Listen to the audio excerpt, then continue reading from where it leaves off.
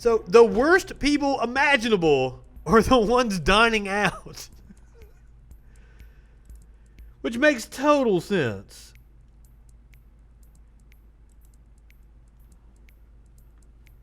You would think that during a pandemic that's wiping out thousands of Americans each day, people would treat others with compassion and do everything in their power to ensure the safety of not only themselves, but also their neighbors.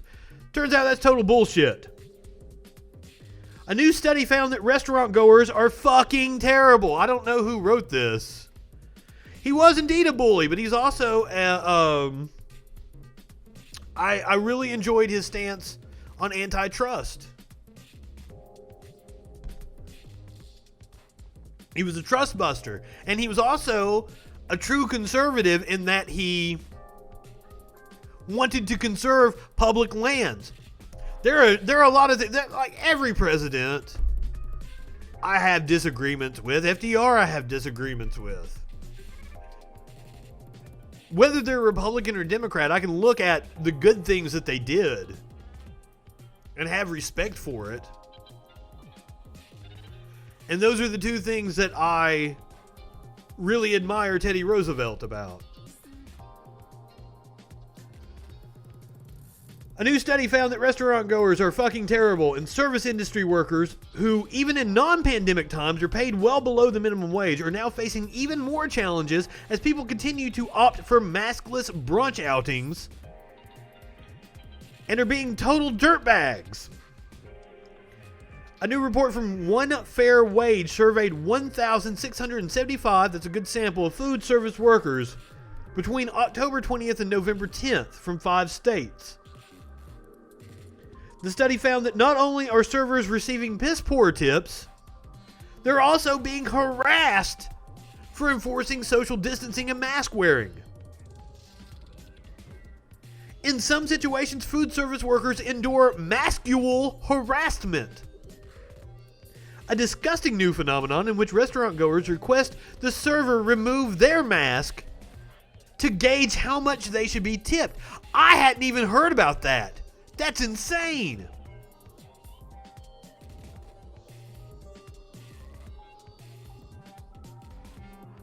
The study was titled, "Take Off Your Mask So I Know How Much to Tip You." Found that more than 80% of food industry workers have seen a decline in tips. And 40% claim sexual harassment from customers has increased. Additionally, 60% of workers who rely on tips say they're hesitant when it comes to enforcing pandemic protocols, like asking customers to remain masked when moving throughout the restaurant or to maintain social distancing while dining, because they fear it could risk how much they are tipped or whether they'll be harassed as a result.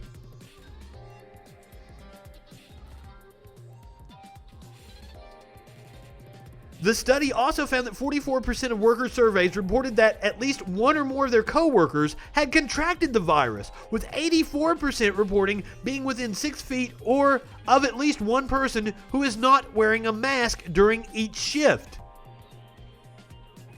33% claiming they're in dangerously close quarters with 30 or more maskless guests each shift. Which makes total sense. I'm a hardcore restaurant goer. Do you know who hasn't been to a restaurant since February?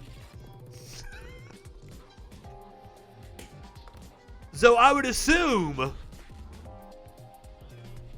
that the people that are attending, are going to restaurants right now are indeed the worst people in the world. The Centers for Disease Control and Prevention reported that adults who tested positive for the coronavirus were twice as likely to have dined at a restaurant.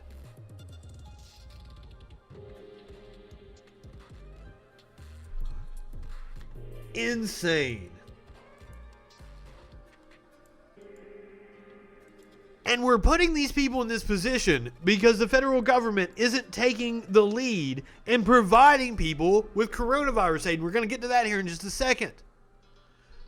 Millions of Americans are heading into the holidays unemployed, with many over $5,000 behind on rent. The rent moratorium expires on December 31st. If you're $5,000 behind on rent, there's no way that you're going to be able to catch up by then. That's the reason why people are still hustling in restaurants. Economists warn many unemployed families won't be able to pay rent and utilities without more stimulus aid from Congress. Now, I saw reports this morning that the $1,200 checks are picking up steam. And it seems like Mnuchin, the Treasury Secretary, is on board. But still, Mitch McConnell is the one standing in the way. Nearly 12 million renters owe an average of $5,850 in back rent. That's a staggering number. We needed a moratorium on rent. We needed rent freezes. A moratorium on evictions don't help people pay the bills.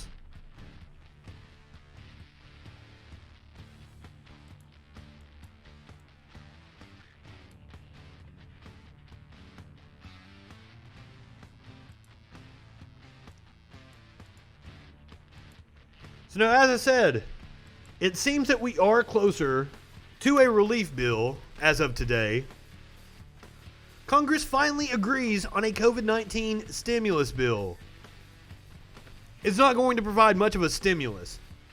After months of partisan divide, it looks like both Republicans and Democrats are nearing a consensus on the next COVID-19 relief bill. The bill in question is price tagged at $908 billion. This is the Manchin-Romney bill, a fraction of the $3.4 trillion HEROES Act. The new bill introduced last week by a group of bipartisan lawmakers, will not include individual payments, but does include $300 a week in unemployment benefits. Now, I'm happy that it has unemployment benefits in there. But for people that are contractors, gig workers, freelancers, their unemployment expired months ago. So you would have to reapply through your state, and you're looking at 3, 4, 5 weeks before you would even receive the unemployment plus up. So well into January.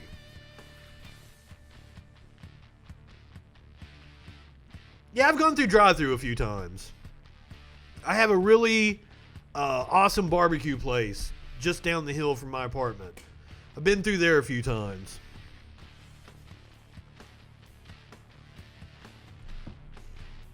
I've ordered, we have an Italian place down the road, and I've ordered from there. Got some sandwiches and stuff. They know me by name now. I cook a lot. I cook everything from scratch, so it's very, very rare that I go out to eat anyway, unless it's really good food. I don't go to fast food restaurants. So it has to be someplace that cooks better than I do for me to even consider going out to eat. Unfortunately, and this is like, please wear your fucking mask, because I haven't been to my favorite steakhouse in almost a year now. It's on the other side of town. I could DoorDash it, but by the time it got here, it would not be good. Because it's on the other side of town. It's going to take 40, 50 minutes to get to me.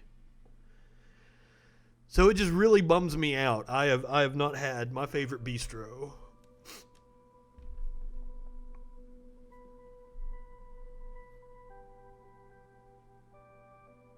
Tip the whole staff $6. Good on them. It also includes $160 billion for state and local governments, a key item on the Democratic agenda, and a pause on some coronavirus-related lawsuits. There was a story that came out today about, it was like a 70-year-old guy that was working for Publix. His family is suing Publix. That's the kind of thing that Mitch McConnell is trying to block. An item from the GOP side, it says. And it includes more funding for healthcare, transit, small businesses, and schools. Senate Majority Leader Mitch McConnell, who we played yesterday, called the $3.4 trillion HEROES Act a liberal wish list. You know, because getting payments into the hands of Americans to help them through this crisis is a liberal wish list.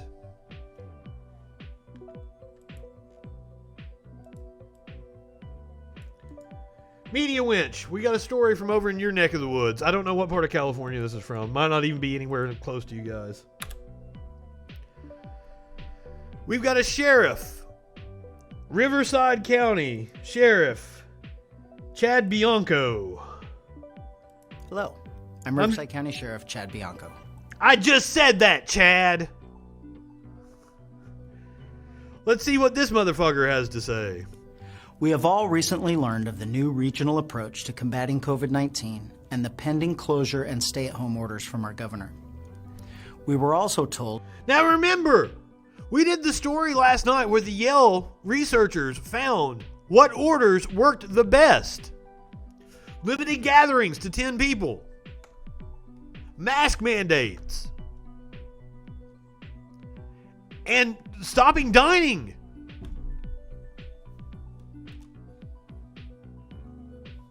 That's downtown LA. Okay. Wow. In downtown LA. There was a potential he would be withholding federal and state funding from counties who did not enforce the orders. Ironically, it wasn't that long ago our same governor loudly and publicly argued how wrong it was for the President of the United States to withhold federal funding from states not complying with federal laws. The dictatorial attitude toward California residents while dining in luxury, traveling, keeping his business open, and sending his kids to in-person private schools is very telling about his attitude toward California residents, his feelings about the virus, and it is... Now, we've talked about it many times.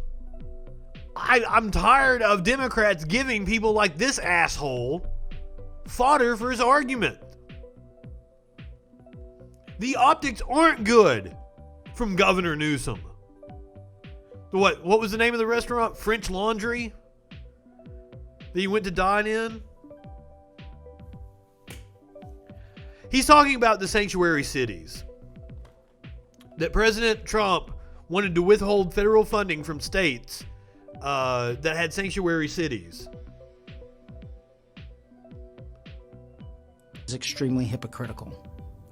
These closures and stay-at-home orders are flat out ridiculous. No, they're not. They're what saves lives. Unbelievably faulty and are not representative of true numbers and are disastrous for Riverside County. Well, once again, I'm conflicted. If we don't provide people with money, we do have to let them work and make a living.